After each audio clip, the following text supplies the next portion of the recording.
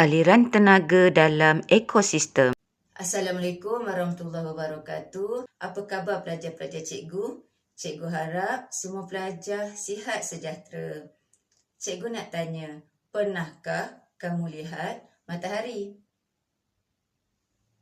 Mesti pernah kan? Tetapi, tahukah kamu sumber tenaga dalam semua ekosistem berasal dari matahari?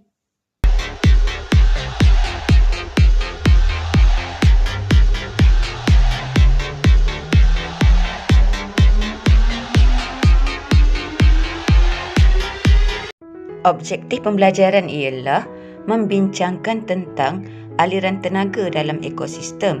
Kriteria kejayaan yang pertama, menerangkan dengan contoh pengeluar, pengguna dan pengurai. Yang kedua, menjelaskan tentang rantai makanan, siratan makanan dan aliran tenaga dalam siratan makanan. Tumbuhan hijau menukarkan tenaga cahaya dari matahari kepada tenaga kimia semasa proses fotosintesis.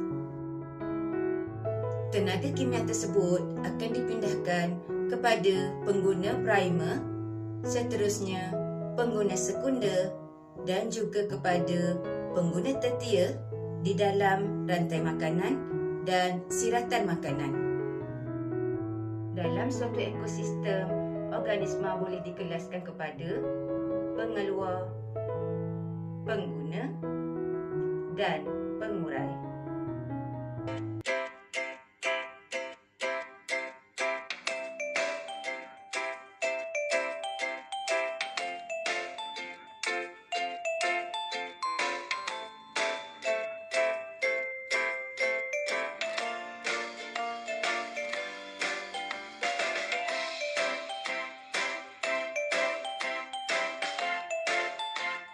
Sekarang kita akan lihat satu persatu daripada pengeluar, pengguna primer, pengguna sekunder, pengguna tertier dan juga pengurai. Mari kita lihat pengeluar dahulu. Pengeluar ialah organisma yang boleh membuat makanannya sendiri. Sebahagian besar tumbuhan merupakan pengeluar.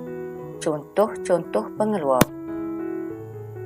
Contoh pengeluar ialah tumbuhan hijau. Contohnya di sini seperti pokok mangga dan juga rumput.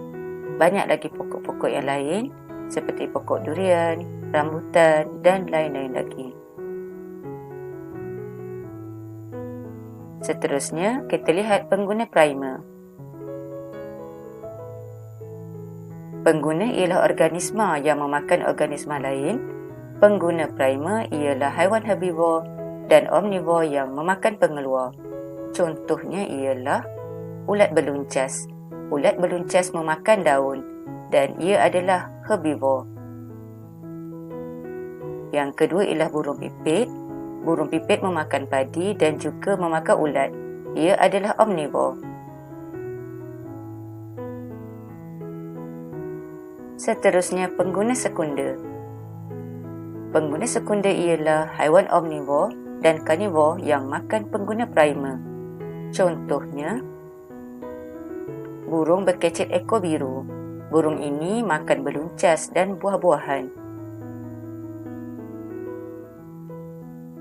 Seterusnya, pengguna tertier. Pengguna tertier ialah haiwan karnivor sekunder yang makan pengguna sekunder. Saiz pengguna tertier biasanya lebih besar daripada pengguna primer dan pengguna sekunder. Contohnya, yang pertama ialah musang, kedua ialah ular.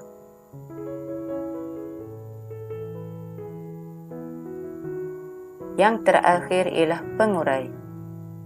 Pengurai ialah organisma yang menguraikan haiwan dan tumbuhan mati kepada bahan-bahan yang lebih ringkas ataupun nutrien. Contohnya, bakteria E. coli. Bakteria E. coli menguraikan sisa makanan dalam usus besar manusia. Yang kedua ialah cendawan. Cendawan ini tumbuh pada batang pokok yang reput.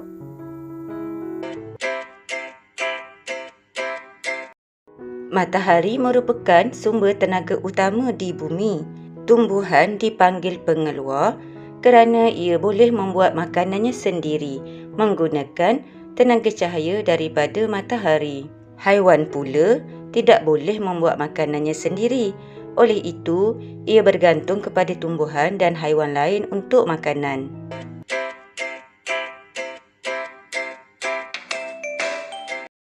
Di sawah padi, beluncas memakan pokok padi. Kemudian, burung memakan beluncas dan burung dimakan oleh ular. Hubungan pemakanan antara organisma-organisma ini dikenali sebagai rantai makanan. Rantai makanan bermula dengan pengeluar, diikuti oleh pengguna primer, pengguna sekunder dan pengguna tertier. Sekarang kita akan belajar pula siratan makanan. Apakah maksud siratan makanan? Siratan makanan ialah gabungan beberapa rantai makanan. Okey, kita dah belajar rantai makanan ianya seperti satu line atau aliran sahaja. Jadi, bila kita gabungkan beberapa rantai makanan, maka terhasillah siratan makanan. Jom kita kira berapakah bilangan rantai makanan yang menjadikan siratan makanan ini. Baiklah, yang pertama, yang atas ni. Okey, 1, 2, 3 dan 4. Maka, 4 rantai makanan ini bergabung menghasilkan siratan makanan. Baiklah, sekarang kita lihat aliran tenaga dalam siratan makanan. Seperti dalam rantai makanan, tenaga juga dipindahkan dari satu organisma kepada organisma lain dalam siratan makanan. Sebenarnya, sebahagian tenaga hilang kerana digunakan oleh organisma untuk bergerak dan menjalankan proses hidup lain seperti respirasi. Selain itu, tenaga juga hilang dalam bentuk tenaga haba atau tenaga kimia dalam makanan yang tidak tercerna, iaitu tinja. Sekarang kita lihat pemindahan tenaga dalam siratan makanan. Ada 2 anak panah di sini. Yang pertama, aliran tenaga di mana anak panah yang dilukis penuh, dan yang kedua, tenaga yang hilang yang dilukis putus-putus. Yang atas ni kita lihat anak panah yang merupakan aliran tenaga bermula daripada kubis, dimakan oleh beluncas, dimakan oleh burung dan kemudian dimakan oleh ular. Anak panah yang dilukis penuh ini menunjukkan aliran tenaga daripada kubis kepada beluncas, kepada burung dan kepada ular. Ianya sebanyak 10% sahaja tenaga yang dialirkan. Manakala anak panah yang putus-putus ini bermakna tenaga yang hilang. Okey, tenaga yang hilang daripada organisma tersebut kerana melakukan proses hidup seperti pertumbuhan, respirasi, pergerakan dan lain-lain lagi. Cikgu, boleh terangkan semula tak tentang peratus tadi? Boleh, Danish. Dengar baik-baik ya. 10% tenaga dipindahkan dari satu organisma ke organisma lain dan 90% tenaga hilang apabila organisma melakukan proses hidup seperti respirasi, pertumbuhan dan pergerakan. Cikgu harap semua pelajar faham dengan video PDPC cikgu. Semoga video-video cikgu bermanfaat buat semua. Jumpa lagi. Jutaan terima kasih saya ucapkan kepada semua subscribers. Tidak kira di mana anda berada, teruskan sokongan anda kepada channel saya.